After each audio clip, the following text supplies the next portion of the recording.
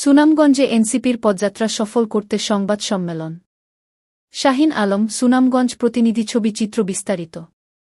সারাদেশব্যাপী ঘোষিত কর্মসূচির অংশ হিসেবে আগামী শুক্রবার ৮৫ জুলাই সুনামগঞ্জে জাতীয় নাগরিক পার্টির এনসিপি পদযাত্রা সফল করতে এক সংবাদ সম্মেলন অনুষ্ঠিত হয়েছে।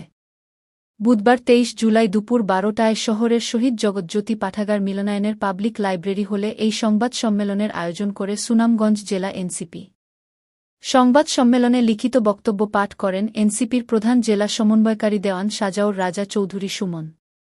তিনি বলেন, যাদের হাত ধরে এ দেশ থেকে ফ্যাসিবাদের অবসান হয়েছে, তারা প্রথমবারের মতো সুনামগঞ্জে আসছেন। স্বপ্ন, প্রত্যয় ও পরিবর্তনের বার্তা নিয়ে তারা এই শহরে আসবেন।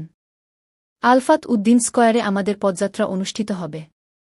সত্য ও ন্যায়ের পক্ষে দাঁড়িয়ে আমরা মানুষের দ্বারে দ্বারে যেতে চাই। সাম্যের বাংলাদেশ গড়তে সবার সহযোগিতা কামনা করি।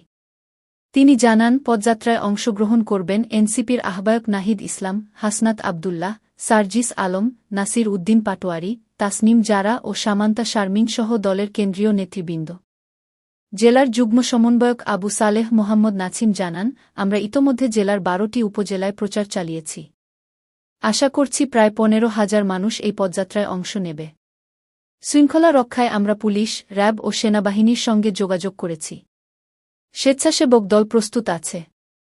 আমরা মহাসমাবেশ করছি না, করছি পথসভা।